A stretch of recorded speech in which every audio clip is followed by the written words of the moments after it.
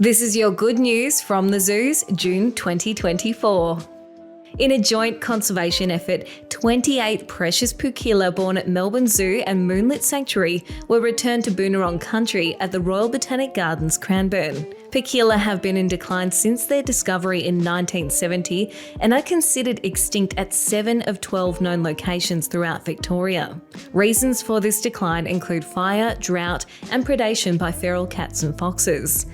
Environmental Systems Manager Ricardo Someo says the gardens are thrilled to reintroduce Pookila since they were last seen in 1976. The exciting thing about bringing Pookila back on site, it's actually beneficial both ways. So the Pookila brings a lot of ecological benefits to the site, and they disperse seed, they disperse beneficial fungus, and they dig the soil by constructing their burrows. So that's a bit of soil engineering for us as well. Royal Botanic Gardens Cranbourne is home to over 450 native plant species in its bushland, with native grasses and landscapes which will provide many safe hiding spots for this little creature. There's also predator-proof fencing. Zoos Victoria native rodent biologist Dr. Phoebe Burns says the reintroduction program is part of a wider effort to recover the species. This Pookila population at the Royal Botanic Gardens Cranbourne is going to be genetically representative of all the remaining Pookilas in Victoria. So it's going to act as an insurance population where if anything bad happens to those other remaining wild populations, we've got those genetics safely protected here at Cranbourne. Moonlit Sanctuary Mammal Coordinator Keandra Debus admits it's been a fantastic collaboration after achieving breeding success. Since the Pookila Recovery Program began in 2022, between Moonlit Sanctuary and Melbourne Zoo, we've bred just shy of 100 Pookila pups. These pups have varied from litter sizes, so we've had a single pup litter and up to 5 pup litters.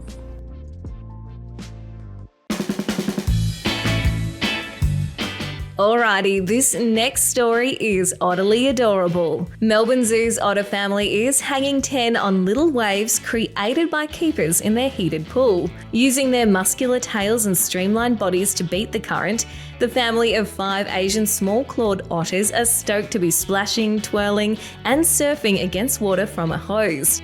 Wild Sea Life Sciences Manager Hannah Burton says it was quirky how they discovered the otters were interested in catching a wave. One day when we were cleaning the habitat, we noticed that the otters had actively chosen to engage with the hose, which was pretty cool to see. They were riding the current, putting their little paws up in the stream. So we decided to incorporate it as part of their enrichment schedule. Otters are strong swimmers and use their tail to propel through the water and to steer. If you look carefully, you might spot some big ears poking through the long grass at Werribee Open Range Zoo's savannah. Keeper Katie Jones says the ears belong to 4 Nyala calves, a special and mysterious species of antelope recently born at the zoo. The Nyala are incredibly cute. They really come out looking just like their mum, so they have all the stripes that they're going to have for the rest of their lives when they're born. They do have huge ears though in comparison to their tiny bodies, and I think that's what makes them extra special and very cute. Their mums use a behaviour that we call stashing. They hide their babies away to protect them from predators, and they'll come and feed them when they think the coast is clear and it's nice and safe. And that kind of behaviour will go on for a few weeks before they are old enough and strong enough to join the rest of the herd. It's official, there's a new top dog in conservation. After years of training, Zoos Victoria detection dog Daisy has used her incredible sense of smell to help locate one of the rarest fungi in the world, tea tree fingers, which looks like zombie hands due to its decaying appearance. Daisy is a 7-year-old Lagotto and has been working closely with Wildlife Detection Dog Officer Dr. Nick Rutter at Healesville Sanctuary. So the way the scent training works is that we employ positive reinforcement training techniques. And so basically, every time Daisy finds the fungus that she's looking for, we get down together and have a party, basically. So it's very much a game to her, even though we think of it as a job. We get to go out together and play the smell game and help find this endangered species. Daisy is a perfect fit for the research because she can traverse terrain much quicker than humans and have minimal environmental impact when finding fungus. When we're in the field and Daisy detects the smell of this fungus, she'll search around the area following that scent back to where the fungus is, back to the source, and then she'll sit and look at me, and that's how I know that she's found one. In her first field season, Daisy detected 10 naturally occurring sporing bodies, 4 of which were missed by humans and 1 smaller than a grain of rice. During the experiment, Daisy found more sporing bodies than a human expert and took less time to do so.